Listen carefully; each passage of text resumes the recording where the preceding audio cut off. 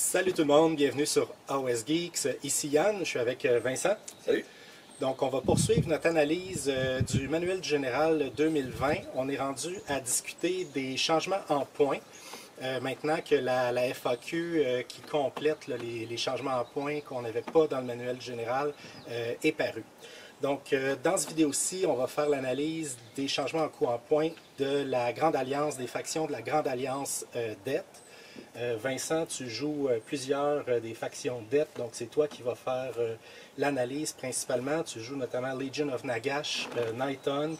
Tu as commencé à regarder aussi sérieusement les Ossiarch Bone Reapers pour les ajouter à ta collection. Je les regarde depuis leur sortie. J'ai juste déjà quelques armées, donc j'attends un peu, mais éventuellement, je peux quand même me lancer. Oui. Alors, ben écoute, si tu veux, on va commencer avec peut-être la Legion of Nagash. Oui. Peut-être, première chose, tu as des doutes par rapport à la survie à long terme de ce Battle Tome-là, de cette faction-là, qui n'est pas vraiment une faction, en fait. Oui, en fait, ça fait partie des Battle Tomes qui sont sortis il y a quand même longtemps. C'est un des Battle Tomes les plus anciens qui est encore à jouer. Ça a été sorti pour permettre aux joueurs qui avaient des vieilles armées fantasy de pouvoir jouer leur modèle. Et quand les Night Hunt sont sortis, on a intégré certaines des unités de Night Hunt au Legion of Nagash, mais pas toutes. Il y en a qu'on peut juste prendre en allié, donc ne bénéficient pas des Grey Sight ou des fausses communes. Et là, les Ossiarch Bone Reapers sont sortis. On a vu Nagash, les Morghast, Arcane faire partie des Bone Reapers, mais sont restés dans le Legion of Nagash. Les changements de point en point ont été faits en fonction des Ossiarch Bone Reapers et pas en fonction de la Legion of Nagash. Il reste des Soul Blight. Éventuellement, on peut s'attendre à une faction Soul Blight, peut-être, de la part de Games Workshop. Il y a des rumeurs assez persistantes, en fait. Puis quand on regarde un peu les derniers éléments de lore, d'histoire de Age of Sigmar qui sont parus, les Soul Blight, les vampires sont assez présents. Donc, ça laisse présager là, une arrivée de ce Battle Tome-là dans les prochains mois. Fait que là, quand ce Battle Tome-là va sortir, on va se retrouver avec un livre qui essentiellement permet de jouer des unités qui sont déjà dans d'autres factions qui sont mieux définies. Fait que je sais pas si on va vraiment vouloir laisser les Legion of vieux Nagash. modèles, tout à fait, des vieux modèles, des vieilles figurines que Games Workshop ne veut pas continuer à produire probablement, les vieux zombies, les vieux squelettes qu'ils avaient appelés Death Rattle, tout ça. Donc on peut s'attendre à voir d'ailleurs ces lignes-là disparaître. Là. Peut-être. Évidemment, on n'est pas devin, on ne sait pas ce qui va se passer avec ça, mais en plus de ça, le manuel général me donne à penser effectivement que c'est une légion qui est un peu, c'est une faction qui est un peu oubliée par Games Workshop, parce qu'il y a des erreurs dans les coups en point. On va y revenir dans un instant, les petits soucis. Les coups en point ont été modifiés dans les autres factions, mais pas dans la Legion of Nagash. Oui, tout à fait. Donc ça crée des déséquilibres. Ouais. Dans Legion of Nagash, première chose, on a les Blood Knights qui passent de 200 points à 180 points. Ça c'est intéressant, c'est une belle unité qui est sortie je pense dans la 8e édition de Warhammer Fantasy Battle, qui fait une belle transition. C'est bien, le coup en point à 180 points, ça devient une unité qui cogne bien pour son coup en point. Ça rejoint les autres cavaleries en termes d'efficacité. Le gros problème des Blood Knights, c'est que même si on a baissé leur coup en point, puis ça fait 2 fois qu'ils ont des baisses de coup en point, ça demeure difficile de les jouer en Legion of Nagash parce qu'ils n'ont pas le keyword Summonable. Donc, ils ne bénéficient pas des fausses communes, ils ne bénéficient pas des Deathly Invocation, ils ne bénéficient pas de la danse macabre du nécromancien. Fait qu'ils sont comme dans une allégeance où ils ne peuvent pas utiliser les principaux bonus que confère l'allégeance. Donc, on les joue un peu en satellite, un peu tout seul. À part dans les Legion of Blood, où on peut leur donner plus une attaque, ce qui est quand même intéressant. Sinon, ben, c'est pour ça un peu qu'ils n'ont pas été joués. C'est un peu comme les Morghast, ils n'ont pas assez de bonus dans les Legion of Nagash. Ils ne synergisent pas bien avec le reste de l'armée. Exactement. Fait que c'est un bon changement. Je pense qu'il va dans le bon sens. Malheureusement, je pense pas qu'on va les voir beaucoup plus en tournoi. Les gens qui vont les jouer vont continuer à les jouer parce qu'ils les aiment, parce qu'ils aiment les Soul Blight, les vampires. Mais je pense pas que ça va révolutionner les Legion of Nagash. C'est une unité qu'on risque de voir jouer davantage dans une éventuelle faction Soul Blight si le Battle Tome sort comme on s'y Exactement, attend. où là, ils pourraient bénéficier des bonus de la Légion, de la faction. Tout à fait. On a aussi un bataillon qui s'appelle Death March qui a perdu 10 points, il passe de 160 à 150. Si vous voulez jouer les squelettes typiques, vous voulez jouer les Graveguard, les Black Knight, tout ça, bon, c'est un petit 10 points qu'on vient aller chercher. Ça ne changera pas. C'est un bataillon qu'on ne voit jamais de toute façon dans les listes sur Internet ou dans les tournois. Ouais. Tout à fait. Donc, c'est C'est les deux seuls changements de coup en point. Donc, on voit que la Legion of Nagash a vraiment été un peu ignorée. Ignorée à un point tel que, comme tu le soulignais, ça a créé un petit souci. On a les X-Rates qui demeurent à 140 points en Legion of Nagash, mais quand on regarde les changements des coups en point dans les Night Hunt, auxquels on va arriver tantôt, les X-Rates sont passés à 130 points. Donc, on a une petite incohérence ici. Même chose pour les Morghast qui sont dans les Bones Reapers. Ils sont toujours indiqués à 210 dans les Legion of Nagash, mais passent à 190 dans les Bones Reapers. Alors, ce serait à ma connaissance la première fois là, que volontairement Games Workshop décide qu'une même unité va avoir des coups en points différents, dépendamment qu'elle est jouée dans une faction ou dans une autre faction. C'est pas le mot d'ordre d'habitude de Games Workshop. On a vu quand ils ont sorti les Zodiac Bones Reaper, Nagash a pris un gros up en points parce qu'il gagnait des bonus vraiment intéressants dans les Bones Reaper. Il perdait la possibilité de caster les spells des autres Wizards autour de lui en Legion of Nagash. Et malgré tout, il montait aussi en coup en point en Legion of Nagash. Donc là, il s'en va une incohérence. Ça fait partie des petits indices qui laissent penser que c'est une faction qui est un peu ignorée par Games Workshop. C'est là pour permettre aux gens de jouer leurs vieilles pièces, mais éventuellement, je ne serais pas surpris de voir ça disparaître. Malheureusement, parce que c'est une faction, tu le sais, là, ça a été ma première vraiment faction coup de cœur là, avec Nagash. Tout à fait. Mais heureusement, à ce moment-là, il n'existait pas ou peu d'autres factions dettes.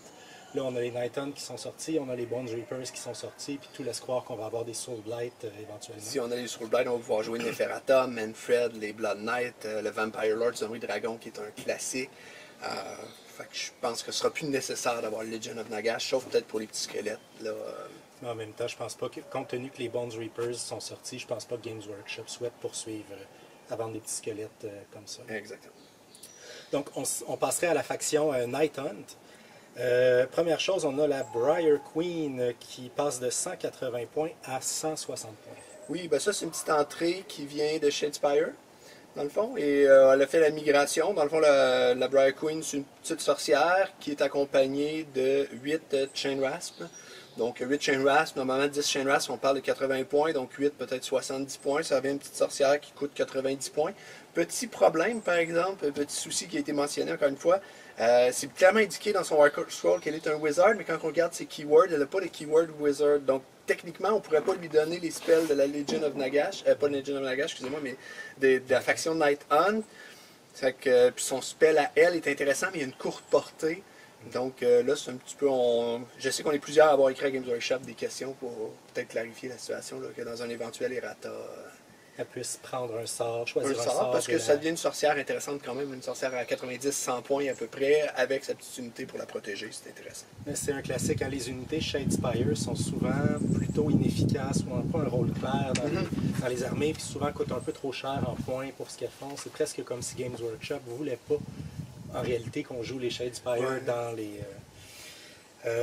on a le Guardian of Soul qui passe de 140 points à 130 points. Ouais, ça, on a été. Ben, en fait, de façon générale, les Night Hunt, on a été gâtés. Hein. C'est une belle faction. Tu sais, je suis tombé en amour dès que je l'ai vue. J'ai commencé à la collectionner dès que c'est sorti. C'est une faction qui n'a jamais dominé le méta. C'est une faction qui ne gagne pas les tournois. En fait, il y a quelques unités Night Hunt qui ont dominé le méta, comme les Grimghast Reaper, mais c'est parce qu'on les joue en Legion of Nagash et on les jouait pas dans l'Allégeance Night Hunt.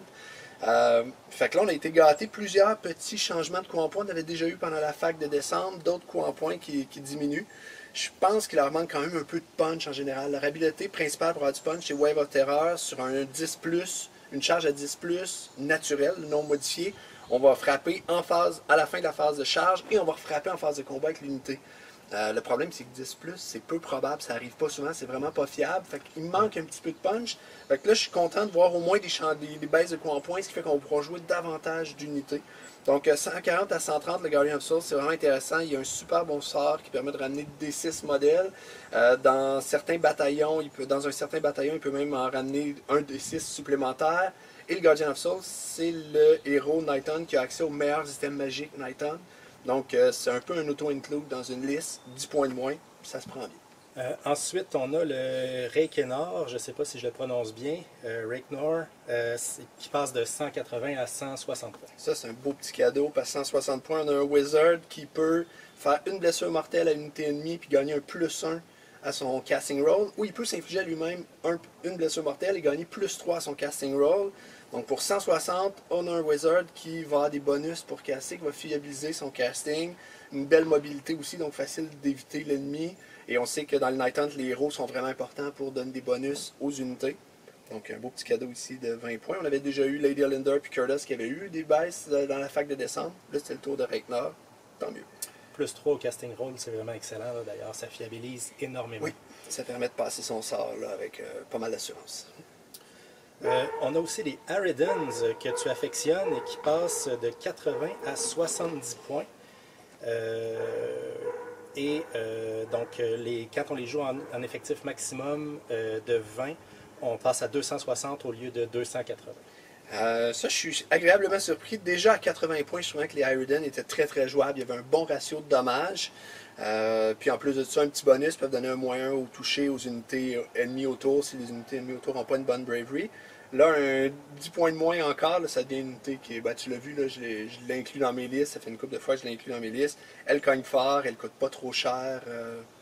Un beau changement en points. Il ne faudrait pas qu'elle descende plus bas que ça. Je pense que là, elle est bien balancée.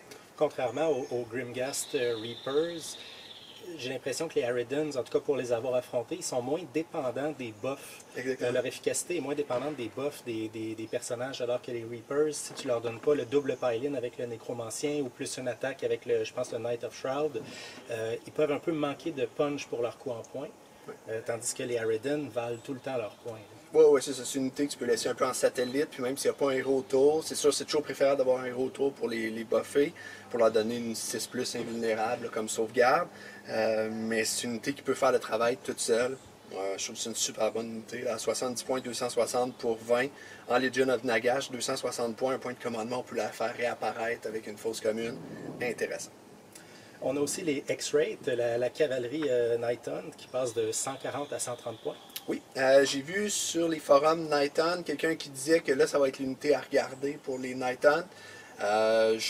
J'ai de l'affection pour les Harridan dont on vient de parler, mais les X-Ray à 130 points, là, ça devient une cavalerie qui cogne, un peu comme je disais pour les Blood Knights, là, pour une cavalerie, elle est rendue dans la moyenne en termes d'impact. Mais en plus de ça, elle se déplace rapidement, elle vole, elle va jouer un rôle important dans les Night Hunt. Là. Surtout qu'on n'a pas de tir. Moi, je me sers souvent de cette unité-là pour aller chercher essayer de menacer du moins les petits personnages qui restent en arrière.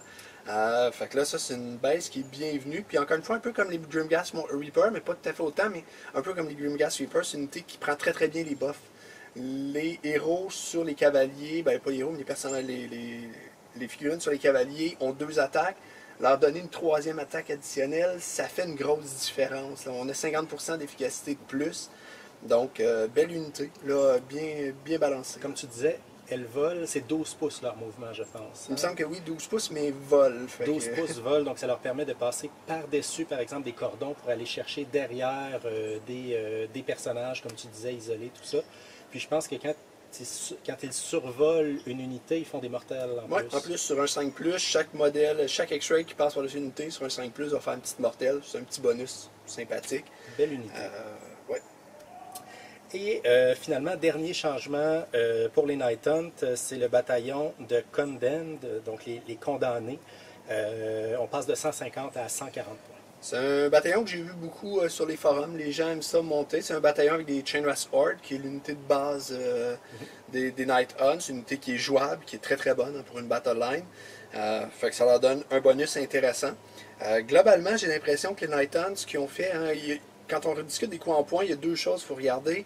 Par rapport au méta, est-ce que l'armée, ça vient la balancer, ça la ramène dans le fat middle des armées? On ne veut pas que les coups en point la feraient passer là, trop forte, mais est-ce que ça la ramène en milieu? Et l'autre chose qu'il faut considérer, c'est est-ce qu'à l'intérieur même de l'armée, on a réussi à balancer les unités entre elles? Night Hunt, je trouve qu'il y a vraiment un excellent travail pour les balancer. Là, on monte des listes, on dit cette unité-là coûte un peu plus cher, frappe un peu moins fort, mais elle a Retreat and Charge. Ah, là, c'est un bonus intéressant, surtout avec Wave of Terror. Puis là, cette unité-là frappe un peu moins fort, mais 12 pouces de mouvement, elle vole, ça peut être utile. Donc là, on a bien balancé. Je trouve qu'on commence à avoir une belle balance interne au niveau des Night Hunt. Un beau travail de Games Workshop sur cette faction-là. Donc, dans l'ensemble, très satisfaisant. Oui, ce ne sera pas une armée qui va être top méta, je crois, mais là, c'est une armée qui va être un petit peu plus compétitive, qui va se ramener dans le milieu. Puis bien balancé. Plusieurs listes intéressantes à faire avec les Night Hunt. Donc une belle diversité aussi, qui vont être tout aussi compétitives les unes que les autres. Oui, pas mal, oui. Donc on considère les Night Hunt finalement dans ce qu'on appelle le fat middle, donc le gros lot d'armées qui sont dans le tiers 2, le milieu, qui ne sont pas dominantes, qui ne sont pas faibles, qui ont des chances de gagner contre les meilleures armées, mais qui ne sont pas dominantes. C'est ça. Fat middle, c'est le type d'armée que si tu l'optimises, puis que tu arrives contre un de tes amis qui optimise son armée, ben une bonne partie casual compétitive, ça va faire le travail, tu vas avoir 50% de chance de l'emporter. C'est sûr que le Fat Middle, ben, quand tu arrives en compétition, là, tu es listes optimisées avec les factions qui sont les plus fortes, ben, ça va être difficile, mais tu vas pouvoir aller chercher quelques parties, tu vas peut-être faire ton 3-2 dans la fin de semaine, puis tu vas être content. Donc on est rendu à parler des Ossiarch Bones Reapers. Premier changement d'importance, c'est le nerf à Petrifex Elite. Ah oui, ça c'est un gros changement qui était attendu aussi. Là. J'avais même annoncé que c'était ce changement-là qui allait venir quand on en discutait. Dans le fond, on avait le bonus qui était d'emblée, lorsqu'on prenait la sous-faction Petrifex Elite, on gagnait +1 à la sauvegarde d'armure de toutes les unités Petrifex Elite. Ça faisait des combos un peu désagréables, par exemple avec un Nagash qui arrivait et qui se retrouvait avec du 2+, reroule les 1 avec son habileté de commandement, tu l'as affronté en tournoi. C'est le genre de pièce où tu es finalement obligé quasiment de l'éviter parce que, à moins d'avoir beaucoup de rend, du rend -2 dans tes attaques, tu ne réussiras pas à le coucher. La Mortec Guard aussi, qui est l'unité de ligne de l'armée, tombait à du 3+, reroulable pendant la phase de combat. Encore une fois, si tu n'attaquais pas avec une unité qui avait du rend -2, aussi bien contourner les Mortec Guard, tu ne réussissais pas à les coucher. Alors là, ils ont vraiment nerfé. Dans le fond, on est passé d'une sauvegarde, un bonus de +1 à la sauvegarde à reroule les 1 pendant la phase de combat sur la sauvegarde. C'est un changement qui est majeur. Ça demeure bon. Hein? Reroule les 1, c'est un Mystic Shield pendant la phase de combat sur toute l'armée. Et Petrifex Elite demeure bon. Là, pour un point de commandement, on donne +1 à la rend, ben -1 à la rend d'une de nos unités Bones Reaper. Fait que c'est une bonne habileté de commandement, puis les traits de commandement, tout ça, bon, sont sympathiques, là, mais c'est pas pour ça qu'on va choisir Petrifex Elite. Fait que je trouve ça intéressant comme changement. Donc on risque de continuer à avoir Petrifex Elite sur les champs de bataille, mais donc ça demeure une bonne sous-faction, quand même, comme tu disais, c'est bouclier mystique sur toute l'armée. Mais ce ne sera plus aussi dominant que ce l'était, ce ne sera plus aussi frustrant à affronter non plus. Je pense pour les joueurs Bones Reaper, bon tu sais, je regarde la faction avec intérêt, tout ça, je pense que ça devient intéressant parce que là, les autres sous-factions, ben, c'est plus un choix idiot d'aller chercher les autres sous-factions, ça n'a jamais été idiot, mais tu sais, même en tournoi, en compétitif, on peut se dire ben, peut-être que les Stalliards, par exemple, sont intéressants, plus de mouvement, plus de mobilité à une armée. Je parle le rend -1, mais alors qu'avec Petrifex Elite, tel que c'était dans sa version originale, ben, c'était un peu un choix par défaut. Tu étais obligé de prendre ça si tu voulais vraiment aller dans l'ultra compétitif. Fait que je trouve que c'est intéressant, ça va nous obliger à regarder nos livres puis à trouver d'autres façons de jouer l'armée. Moi, je pense que c'est un bon choix. Là. Bravo Games Workshop pour celle-là. Oui. On a les Immortis Guard qui passent de 200 à 180 points. Oui, les Immortis Guard qui descendent comme les Necropolis Stalker que je fais aussi. Là, c'est le dual kit, dans le fond, 200 à 180. C'est un choix intéressant. Les Bones Reaper, bon, on sait que c'est une armée qui était top méta. Là, on vient d'avoir un gros nerf sur Petrifex Elite. Et c'est une armée qui n'avait pas beaucoup de diversité. On jouait principalement à la Mortec Guard, avec peut-être quelques crawlers derrière, quelques catapultes pour forcer l'autre à avancer vers nous. Mais on voyait peu les Immortis Guard, les Stalker. Donc là, une petite baisse en points. Ben là, ça va devenir peut-être intéressant de dire ben, peut-être un peu moins de Mortec Guard, puis aller chercher des unités d'élite un petit peu.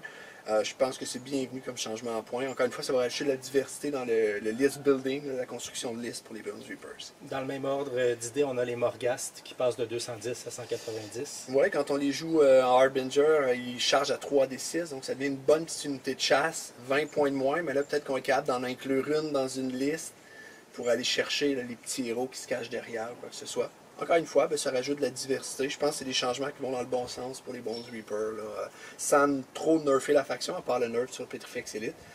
Je pense qu'on a une faction qui est un peu mieux balancée présentement. Puis, pour terminer, on a les Flesh Eater Courts, la Bretonie. Oui. Donc, aucun changement depuis la fac de décembre dernier. Qu'est-ce que tu penses de ça? Il avait déjà été faqué, il y avait déjà eu des changements, des ajustements qui avaient été faits. Puis avant ça, il y avait un autre ajustement à la Gristlegore qui avait été modifié largement. Puis depuis, ça demeure une armée qui est forte, mais qui n'est pas une armée qui domine le méta. Et il faut savoir aussi que depuis la fac de décembre, il n'y a pas eu tant de tournois qui se sont joués avec la situation de la COVID, qui est une situation internationale. Il y a plusieurs gros tournois qui ont été annulés, donc je pense pas qu'on a assez de matériel chez Games Workshop pour justifier des changements de coup en point, alors que déjà avec la fac de décembre, on avait ajusté ce qui semblait être nécessaire d'ajuster. C'est vrai que les armées qui ont eu des changements importants en décembre en ont eu très peu cette fois-ci parce qu'on n'a pas eu le temps de voir les effets des changements de décembre, effectivement. Ouais. À part Idanit Astanish, on reviendra plus tard, eux ont eu des changements et encore beaucoup de changements. Là, eux, on s'en fait frapper, mais on reviendra plus tard, mais qu'on analyse le chaos. Donc, c'est ce qui conclurait la revue des changements des coûts en points pour la dette. Si vous avez apprécié la vidéo, n'hésitez pas à nous laisser un petit pouce en l'air. Si vous avez des remarques à faire, des commentaires à faire, on est très intéressés. On lit tous les commentaires qui sont faits, donc n'hésitez pas à commenter sous cette vidéo. Puis, on vous revient dans d'autres vidéos pour les trois autres grandes alliances.